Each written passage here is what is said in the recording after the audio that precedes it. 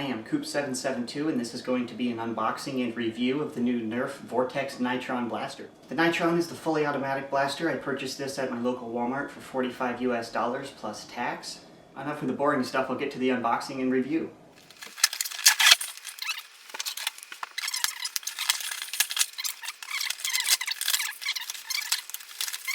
So included with the Nitron blaster is the blaster itself, the 20 round magazine, 20 green discs, the little sight up top, for the top rail, and a little instruction sheet. Alright, the Vortex Nitron is a battery powered blaster. It does not function without batteries, so I'm going to show you how to install those batteries. There are 3 Phillips screws located here, here, and on the other side here. I don't really like this tray location because it's kind of hard to get to because the grip here is completely underneath the battery tray entrance here, so it's kind of irritating to get out. That's not a very big deal though, because once you put your batteries in, you're set for a while. I'm not sure of the battery life with this blaster, but I plan to do a battery pack replacement anyways. The inside of the battery tray here has these little slides just like in the Stampede battery tray, so you just pop in your batteries.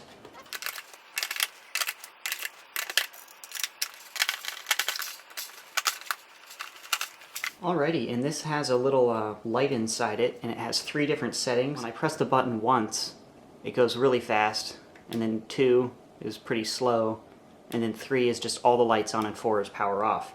And if you can't see what's happening in there, there are multiple little layers of the clear plastic. I'm not sure what kind of plastic that is. And then the light lights it up, and it seems like it's kind of zooming in. It gives that appearance. It's not actually zooming in it. Okay, I've had an opportunity to play with this blaster and find out what I like and don't like about it. I'm going to start with the cosmetics as I typically do. Starting with the colors, it has lime green, light gray, dark gray, and orange as most of the colors. I really like these colors, and I like how they broke them up and spread it out a little bit. I feel like a little bit more orange could be in here somewhere, but I can't be too picky. Without the magazine it looks fine, but this is just a lot of orange. This little shell bit should really be removed. I haven't opened this again, so I don't know if there's a part right there, but if there's not a part, I think I will be sawing that off and bondoing it shut before I paint it, because that's just really uncomfortable. Other than this huge flaw, it's ergonomically very comfortable. The grip is very comfortable. The up front vertical grip is very easy to manipulate because of the little push-pull method of throwing the weight around. The battery weight is all right here, which is directly above the handle, so it's very comfortable, very well balanced. And because it's all on the pivot point, you can very easily manipulate the weight and kind of fling around corners or whatever. If you don't know what I'm talking about for the weight-wise, if you pick up a Stampede, it's really back-heavy, and that's what I'm talking about. That's not balanced very well. This is the opposite. It's, well, not the opposite, but it's balanced very well, and it's very easy to handle. This vertical grip is not removable. It's a part of the shell, which I really actually like. It's going to be a little harder to store, and it's not as low profile or anything, but it's very stable. The removable vertical grips in the past could easily be moved around, and it's not very stable for actually turning quickly or while you're running or whatever. That thing could slip off. This will not, because it's actually part of the shell. So overall, cosmetically, I really like it. Handling the blaster is very easy. I really like the design.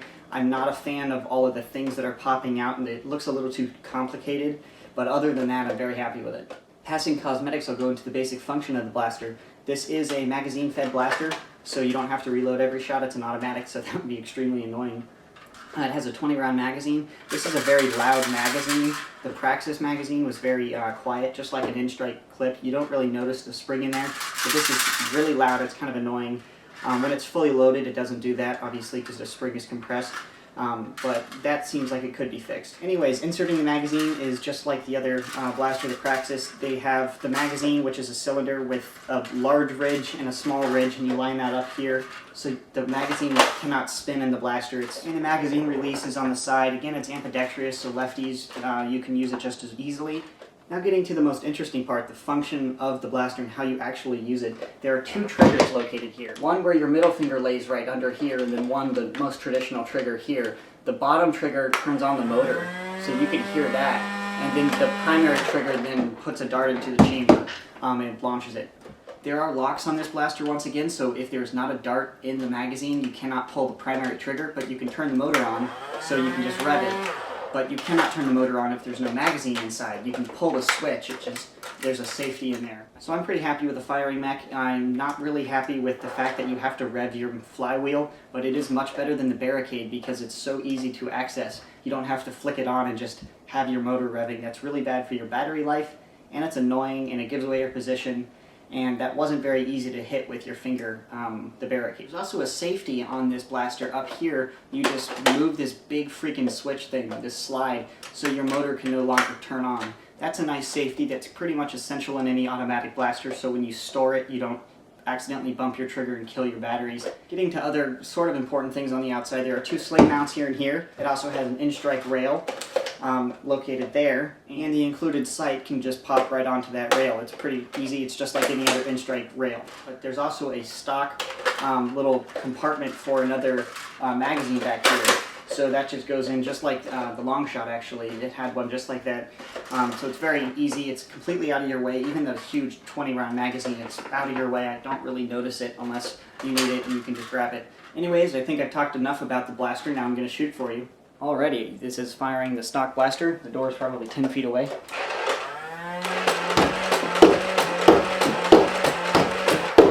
And that's full auto mode. I do want to make a complaint about the firing of this blaster. It's extremely inaccurate. If you can see where my sights are lined up, it actually fires way off to the side. That's at least 10 degrees off.